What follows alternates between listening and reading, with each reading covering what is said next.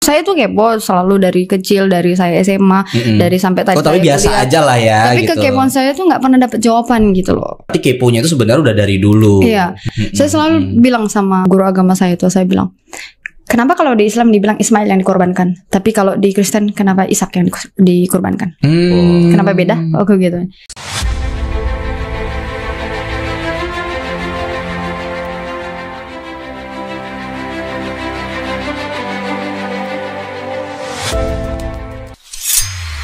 Saya tuh kepo selalu dari kecil, dari saya SMA, dari sampai tadi. Oh, tapi biasa kuliah. aja lah ya. Tapi gitu. kekepoan saya tuh nggak pernah dapet jawaban gitu loh. Tapi keponya itu sebenarnya udah dari dulu. Iya, saya selalu bilang sama guru agama saya itu, saya bilang, kenapa kalau di Islam dibilang Ismail yang dikorbankan, tapi kalau di Kristen kenapa Ishak yang dikorbankan?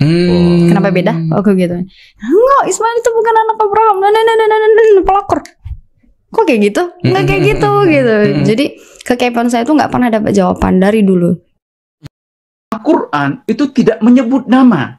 Siapa sebenarnya putra dari Ibrahim yang dikurbankan?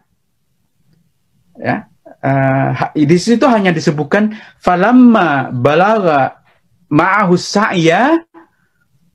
Kemudian Nabi Ibrahim mengatakan, inni ara fil manam anni adbahuka fandur madza taro. Saya melihat dalam mimpi bahwa saya diperintahkan untuk menyembelih kamu, anakku.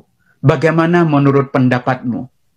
Jadi tidak ada nama orang yang disembelih atau yang diperintahkan untuk disembelih.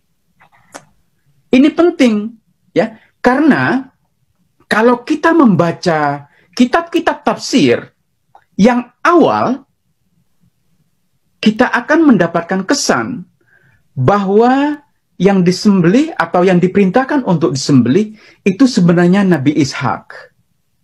Kalau kita membaca tafsirnya Muqatil bin Sulaiman, ya, Muqatil bin Sulaiman ini adalah mufasir paling awal yang kitabnya sampai kepada kita sekarang.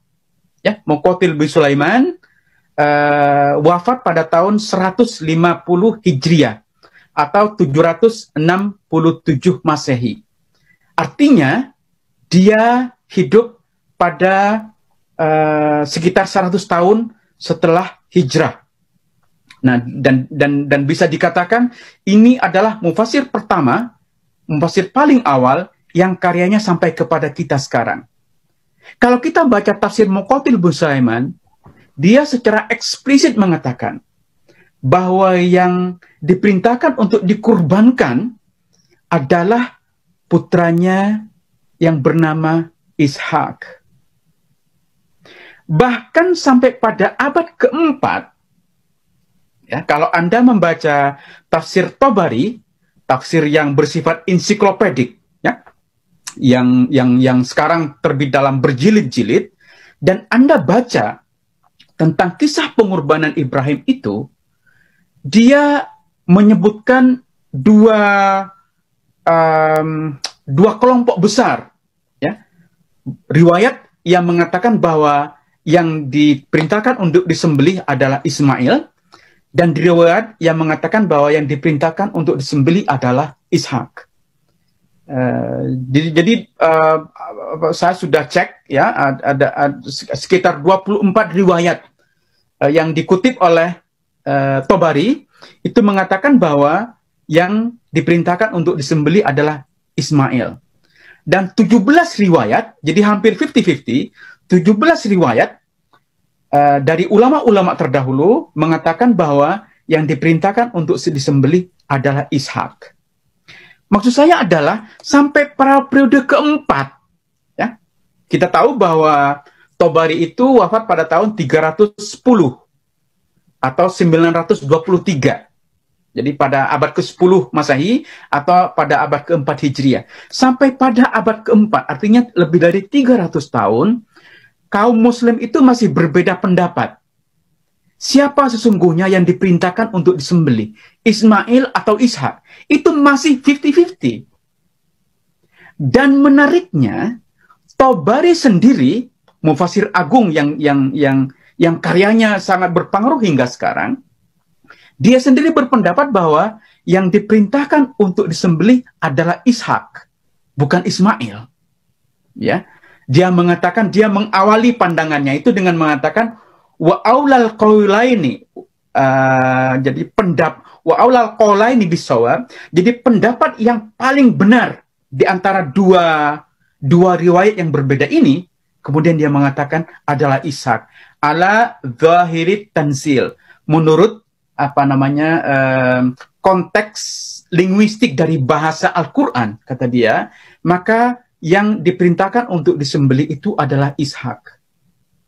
Dan baru pada abad ke-8 Hijriah, ya, atau abad ke-14 Masehi, pada masa Ibnu Taimiyah dan muridnya Ibnu Katsir, kemudian dikatakan bahwa yang disembelih atau diperintahkan untuk disembelih oleh Allah itu adalah Nabi Ismail. Dan siapapun yang mengatakan bahwa Ishak adalah anak Nabi Ibrahim yang diperintahkan untuk dikurbankan, mereka telah melakukan kebohongan. Jadi Mufassir Ibnu Katsir itu mengatakan kizbun wa buhtan. Jadi, dan katanya orang-orang yang mengatakan bahwa Ishak yang disembelih, mereka telah mengikuti Israiliyat. Dan orang-orang yang mengikuti Israiliyat itu menyimpang dari ajaran Islam.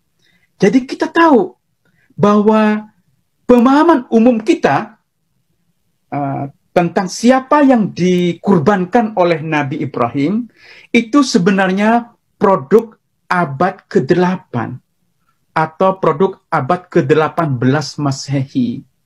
Itu produk yang sangat-sangat belakangan. Ini yang saya maksud bahwa pemahaman umum kita adalah bagian kedua tadi yang ingin saya sampaikan. Pemahaman umum kita tentang kurban mengisyaratkan bahwa kita perlu rethinking tentang sejarah Islam. Karena banyak hal yang kita pahami sekarang itu bukan sesuatu yang didiskusikan, diperdebatkan pada periode-periode awal, tetapi lebih dari produk zaman belakangan. Jadi tentang jadi memang kita tidak perlu berantem, ya, siapa yang dikurbankan, Ishak atau Ismail. Ada kawan yang sering mengulang-ulang joknya Gus Dur, tapi saya tidak bisa mengatakannya di sini karena kalau saya menceritakan joknya Gus Dur menjadi tidak lucu, ya. Tapi kira-kira Gus Dur mengatakan ya udah ngapain repot gitu. Wong nggak ada yang disembelih beneran, katanya. Jadi mau Ishak, mau Ismail, ya terserah, nggak ada yang disembelih. Jadi memang tidak perlu berantem. Tapi pemahaman historis kita, mau saya, pemahaman historis kita itu sebenarnya perlu dilakukan pemikiran ulang.